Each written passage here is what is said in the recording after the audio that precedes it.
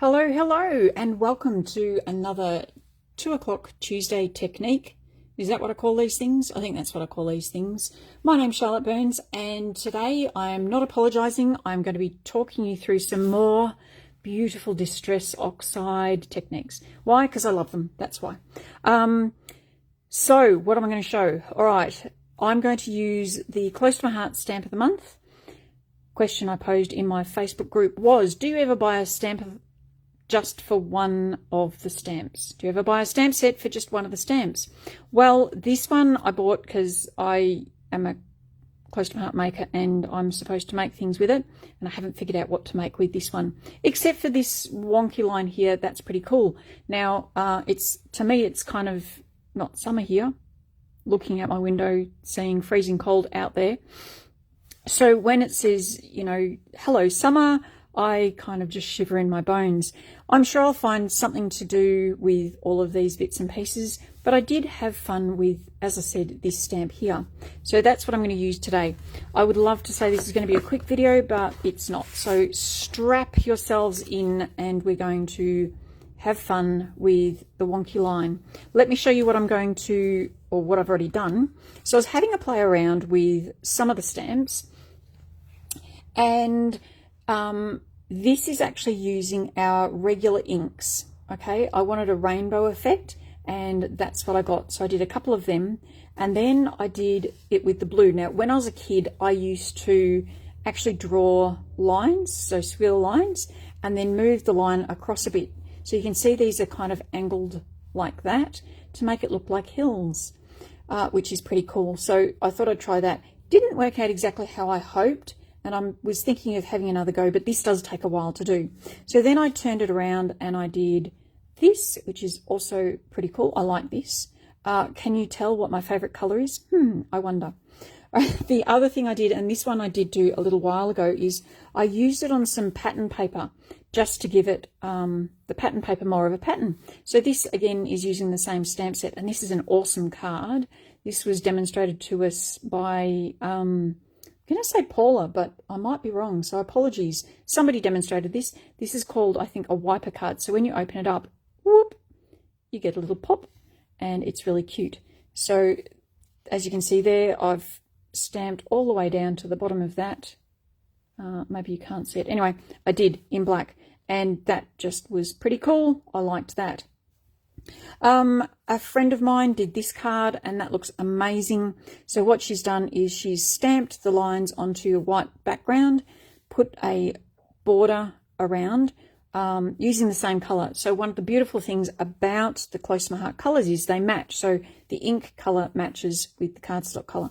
Then she's cut a circle out of the center of this one and stamped a little miss squeaking by to say hi in the middle, which I think is just fantastic. Looks amazing. I'm not showing you any of that today because that's all using our regular inks. Today I'm doing Distress Oxide, and this is what I'm going to show you. Yeah, so what? No, wait, watch, okay, because there's more to it. So previously what I've done is I've shown you, what's it called? Blending with Distress Oxide. But today I want to show you that you can stamp with these, and then you can do other stuff as well, like this, which, yes, it looks a bit messy, but it's the effect I was looking for, kind of. This is the first one that I did, and then I realized, because I Googled it, because I am that anal, that's the wrong color order. So I knew it was red, orange, yellow, green, blue, indigo, violet, but that's indigo, that's violet. So I changed it around, and that looks so much better. Be aware, though, I didn't stick this down, and it has buckled because I've applied water to it. So that's another one that I did, so that's really cool. Now I can just see on the live that Debbie is watching and has said hi Debbie, and you've asked a question, could I tell you what stamp pads and ink give a clear and permanent stamp on fabrics? That's a really good question. I don't actually stamp on fabrics, so I'm not sure. I know that someone has mentioned in the past that our, not Distress Oxides, but our pigment inks. So we do sell a limited range of pigment inks, and you can stamp that on fabric. I do know that, and then you iron it and it becomes permanent. So by clear, I'm hoping you mean nice crisp image. If you mean clear as in you can't see it like a Versamark, I don't know, but hopefully you meant crisp. So hopefully that has answered your question, Debbie. All right, so today, as I said, I'm going to show this. That's actually got a little bit of texture to it. Hi, Stacey. And I'm just going to point out that this one is flatter, not just because I've stuck it to a background, but also because I stuck it underneath something as it was drying to keep it from curling. So, are you strapped in? I'm just going to show you this. Look, this is me. I was bored, didn't know what to do, so I just thought I'd cut myself some bases. So I'm all ready for when I'm doing cards. All right, I have cut myself a white, so I have that. The Close to My Heart card bases, as most regular sized cards, are usually 4 1/4 by 5 1/2 inches. And if you're a card maker or someone who's getting into card making, that is a really, really good thing to remember. 4 1/4 by 5 1/2. Then you just come in by 1/4 inch or 1/8 of an inch if you want to be that daring. 1/4 inch to bring your mat size down. So 4 1/4 by 5 1/2. My black first mat, ta-da, will be 1/4 inch smaller. So 4 1/4, 5 1/2, 4, 5 1/4. That will be the perfect size to mat it. So if this is then 4 by 5 1/4, this mat will be 3 3/4 by 5. And somebody's come to the door. It's Darren. Say hi, Darren. Hello, Darren. Yes, he would. So you can see this is a little bit more, it's a finer edge, and that's probably because I've cut this a little bit larger than that. I've gone to the 1/8 of an inch, okay? All right, so that's just, another tip. You know I like giving you lots of tips. So remember your card size, 4 1/4 by 5 1/2. Take it 1/4 inch down, and that'll give you your mats. So I'm going to use the white mat. Obviously, I'm going to stamp on mats. And I'm going to take my stamp set. Now, you can see that this is quite wonky. If I grab my block and I'm going to stick this, and I usually show this and say this, so I'm going to say it again. I could stick this down and it would be curved, which is not what I want for my card. It's pretty cool, but it's not what I want for my card. Whereas if I put it on my paper, that will actually form its correct shape. I then take my block, and where it says Close to My Heart, I then put that over the top of my stamp. Hi, Nicole. Season it. I always season my stamps. And I'm ready to rock and roll. So I've missed a colour. Yes, I have. Starting with Candied Apple. So I'm just going to run through the colours. Colours of a rainbow. Remember, Roy G. Biv. There are 7 colours. Red, orange, yellow, green, blue, indigo, violet. This is not indigo, but, it'll do. Okay. Now, when you're doing this particular technique that I'm about to show you, which I'm just going to bring this back, this one, you do want to do it fairly fast. And I'm glad that I grabbed this because I realised I want to start from the bottom.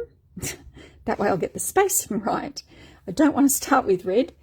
Ah, yes, this is live.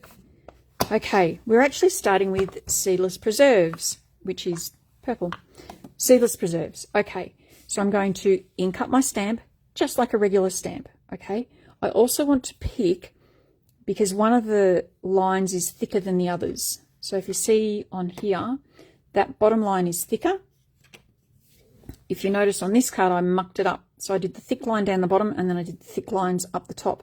I actually want the thick line down the bottom. Why? Just because. So I'm going to ink it up just like I would any normal ink. It is too wide for my card base, and I don't mind. Okay. Now, I like to have my card base fairly straight, but it doesn't really matter because I'm going to go straight with my stamp anyway. So, there's my first one. And then we stamp off. And I kind of feel like I waste the ink when I stamp off. Clean it with my very dirty chamois. I think I'm going to invest in a new chamois next time I place an order. Then I'm putting my stamp with the stamp down on my paper just to absorb any extra water. There's another tip. So I only want one of them. Chipped Sapphire is next, which is my indigo. And I'm going to, again, make sure that the thick line is down the bottom. Here we go. And I'm just tapping this along. I'm not pressing too heavily into this ink because these inks tend to be quite juicy. Being see-through, I can look at it through the stamp and the block on and above my paper. I'm going to space these out a little bit more than my other card. So I'm going to go Indigo next, press down, hold for about 5 seconds and lift off, stamp it off. Are you bored yet? All right, put that one down, pick this one up. I'm just going to stack them out of the way. The next one is Peacock Feathers. So Peacock Feathers is my blue because Close to My Heart doesn't actually stock a blue. Close to My Heart has, I think it's 12 colours in their Distress Oxide ink range. Now you can purchase more than 12 colours. There would be, I don't know how many, don't know if it's hundreds, but there are lots and lots of range of Distress Oxide inks. You feel free, go and buy some more from wherever. The thing I like about Close to My Heart is they have just this small range that is enough for me to do what I want, because I'm not a Distress Oxide ink person. I am a scrapbooker and a card maker, and this is just enough for me to get by and do what I need to do. Plus, I'm one of those people that I just, you know, if they bring out a set, I have to get all of them. It's terrible. It is. It's absolutely terrible. So it's nice that there's only 12 and not 100, because otherwise I would be broke and my husband would probably kick me out of the house. All right, so there's my green. It's a beautiful Mowed Lawn. That was the colour, by the way. Mowed Lawn was the green. Let's put that down there and I'll show you this one. So Mowed Lawn. Next one is Mustard Seed. Now, I don't know if you remember in the past, I'd complained about my mustard seed, my yellow, because it seemed really dry on the top. Well, I bought a new one. I went and bought a new one. One of the other great things about buying from Close to My Heart or buying from a Close to My Heart maker is if you have a problem with any of your products, you can contact your maker, or if you are a maker, you can contact Close to My Heart and they will fix the problem 9 times out of 10. So I have just been too lazy to report my problem to Close to My Heart, but I will do that. And I would say they will probably send me a replacement ink, which would be lovely. Even though I've opened this one. This is actually a customer's. Shh, don't tell them. All right, the next one. My orange is Spiced Marmalade. I know, I'm terrible, aren't I? That's why it's better just to order direct from my website, because if you get me to order it for you, I might borrow it. It's all right. I'll give them a new one. I will, I promise. All right, Spiced Marmalade for my orange. Now, I haven't finished this card. Why? Sorry, the other card, I haven't finished it. Why? Because I've lost a stamp set. I know exactly the stamp I want to put on it, and I can't for the life of me find it. Why? Because my craft room is in a mess. Never mind. I keep saying I'm going to get my craft room organised, but I just tend not to. All right, Candied Apple is my red.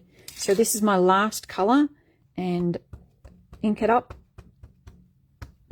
I had thought of pre-doing this, but what I found was you do really need to have this ink nice and wet when you do the next step. Otherwise, it doesn't work as well. So Candied Apple is my last one. And stamp that off. Clean my stamp. The only reason why I'm replacing these is because I'm just getting a bit sick of looking at the colour of them. I mean, they're still fine. They work perfectly. But it would be nice to have some nice new blue ones. All right, so now that I have all of this, I'm going to get my watercolor brush, which is more or less a paintbrush with water in the handle, if that's what you want to call it. And I'm going to take that off and I'm going to activate the color with water, which is what Distress Oxide inks are all about. Now, I do have a method to this. I'm not going to start with a red and come down. I'm actually starting with yellow because it's the lightest colour. So I start with yellow and I go up towards the orange, activate the orange, and then activate the red. And then this time I'm actually just going to keep going until it all runs out. Come back to the yellow and go down. And the green didn't quite go where I wanted it, so I'm going to come down. And see, these have dried out a bit. Now I've got my all-purpose mat just to the side. I'm just squeezing a little bit of the water out so that it's a little bit wetter. And there we go. That's better. So now my Peacock Feathers is juicier. But see how these are not activating quite as well as the yellow and that. I think it's because they sat for a little bit, but you can see that that's just spreading. I've got quite a bit of water on there too. So that is, you can see, you can stamp with your Distress Oxide inks. So if you've invested in Distress Oxide inks and you don't have many of the regular inks, so I'm talking about these inks, which is the water-based inks, then that's okay. Just use your Distress Oxide inks and stamp with them. You don't have to activate them with water. Do be aware that they will stay wet for a little while longer than the water-based inks. I will pop this underneath a block, which I have handy ready to go. I'm actually going to put it down, face down, so that the paper soaks up stuff. So I'm putting that underneath a block. I'll leave it there to dry, and then once it's dry, it should be nice and flat. There is no point putting any adhesive on the back of that wet paper, because what will happen is the adhesive just won't stick. But once that's dry, I can stick that onto one of my very many black card toppers. I can then stick that to a card, stamp a sentiment on it, and that will be a card ready to send out to somebody. Now, I am accumulating cards, so if you would like me to send you a card, if you've watched this video and you really like it, if you can share it and comment, "Card please," on this video, I'll contact you and I'll send you a card. All right, I won't write anything in it. I might put my own little note in there on a sticky note, send it to you, and then you can send it to one of your friends, because sharing is caring. Okay, that's it from me. I've left myself with a bit of a mess. I'll clean this up. In the meantime, stay safe, keep crafting. I hope to see you this weekend. I am doing a series of live crafting videos, tutorials, whatever you want to call them, in my Facebook event, which is on my Facebook page, which is what you're watching this on. So check out the event, lots of specials, and I would love to see you in there participating. Yeah, I think that's it for me. I will catch you all later. Bye.